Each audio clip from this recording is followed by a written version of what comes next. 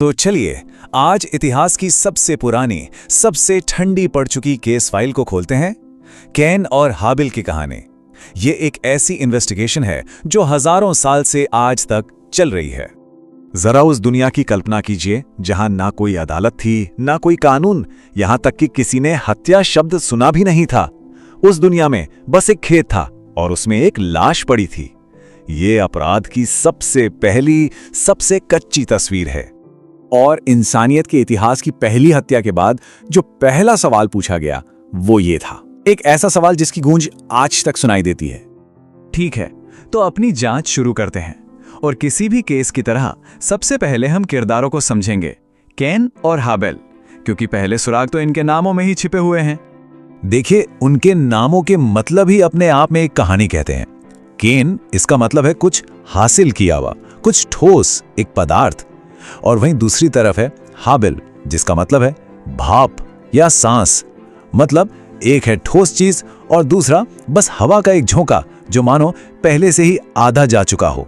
यह अपने आप में एक इशारा है कि कहानी में आगे क्या होने वाला है। अब बात करते हैं उनके काम की।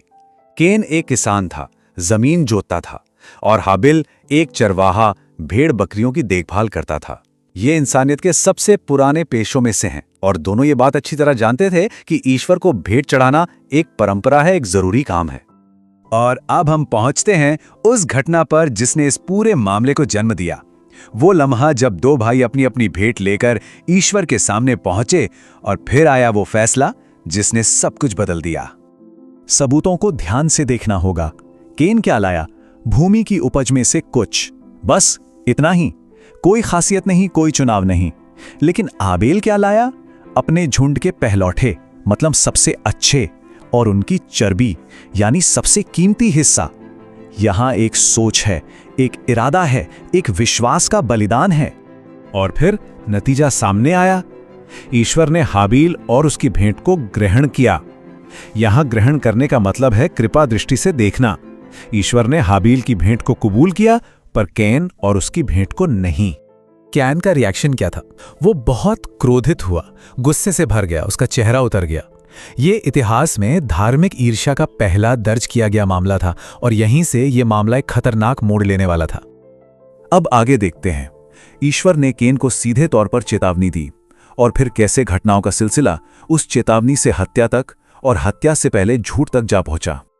ईश्वर की चेतावनी बहुत साफ थी। यह समझना जरूरी है कि यहां पाप कोई सोच या ख्याल नहीं है। पाप को एक जीती जागती चीज की तरह बताया गया है, एक खतरा जो दरवाजे पर ही घात लगाए बैठा है। जिस शब्द का इस्तेमाल हुआ है, छिपा रहता है, वो है रेफातजा। इसका मतलब होता है किसी शिकारी जानवर का दुबक कर बैठना, हमले के लिए तैयार। ईश्वर कैन को बता रहे थे कि पाप एक शिकारी की तरह है, लेकिन वो उस पर काबू पा सकता है, उसके पास शक्ति है। और यहीं पर यह कहानी और भी रहस्यमय हो जाती है। मूल इब्रानी टेक्स्ट में हत्या से ठीक पहले एक वाक्य है जो अधूरा है, और कैन ने अपने भाई हाबिल से कहा, बस आगे कुछ नहीं। वो बातचीत, वो गायब है। उस खामोशी में एक बहुत गहरा डर छिपा है। हत्या के बाद पूछताछ शुरू होती है। ईश्वर का पहला सवाल, तेरा भाई हाबिल कहाँ है? ये कैन के लिए एक मौका था सब कुछ सच बताने का, कहानी को एक अलग दिशा देने का। कैन का जवाब, एक सीधा साधा झूठ, मुझे नहीं मालूम। और फिर कैन वो लाइन बोलता है जो इतिहास में दर्ज हो गई, क्या मैं अपने भाई का रखवाला हूं? ये सिर्फ एक सवाल नहीं है, ये अपनी जिम्मेदारी से पल्ला झाड़ने का एक तल्ख, एक कटाक्ष भरा तरीका है। अब आगे बढ़ते हैं कैन की सजा की तरफ और कहानी के सबसे चौंकाने वाले हिस्से की तरफ, कैन का निशान। देखिए कि ये श्राप कितनी गहराई से उसके जुर्म से जुड़ा है। कैन एक किसान था, पर अब वही जमीन जिसने उसके भाई का खून पिया है, उसके लिए फसल नहीं उगाएगी। उसे हमेशा भटकना होगा। एक किसान के तौर पर उसकी पहचान ही उससे छीन ली गई। कैन का जो जवाब था, उसमें एक बहुत दिलचस्प बात है। मूल भाषा में उसके शब्दों का अनुवाद दो तरह से हो सकता है। एक, मेरा दंड मेरे सहने से बाहर है, और दूसरा, मेरा अपराध बोध मेरे सहने से बाहर है। तो सवाल ये उठता है कि क्या वो अपनी सजा की शिकायत कर रहा था या फिर अपने किए पर अफसोस जता रहा था। और अब आता है कहानी का सबसे बड़ा ट्विस्ट, जो कैन का निशान था वो कोई सजा नहीं थी, वो शर्म का कोई तमगा नहीं था, बल्कि वो ईश्वरीय सुरक्षा का एक चिन्ह था, एक चेतावनी कि अगर किसी ने केन को मारा तो उससे 7 गुना बदला लिया जाएगा। सजा के बीच दया का एक ऐसा काम जिसकी किसी ने उम्मीद नहीं की थी। तो चलिए इस इन्वेस्टिगेशन के आखिर में पहुंचते हैं। एक बार फिर से तथ्यों को देखते हैं, मकसद को समझते हैं और ये जानने की कोशिश करते हैं कि ये मामला आज भी इतना जरूरी क्यों है। तो इस केस फाइल की समरी क्या है? 2 भाई, एक भेंट जिसे ठुकरा दिया गया, एक चेतावनी जिसे नजरअंदाज कर दिया गया, एक हत्या, एक झूठ और आखिर में एक श्राप जिसके साथ सुरक्षा का एक वादा भी था।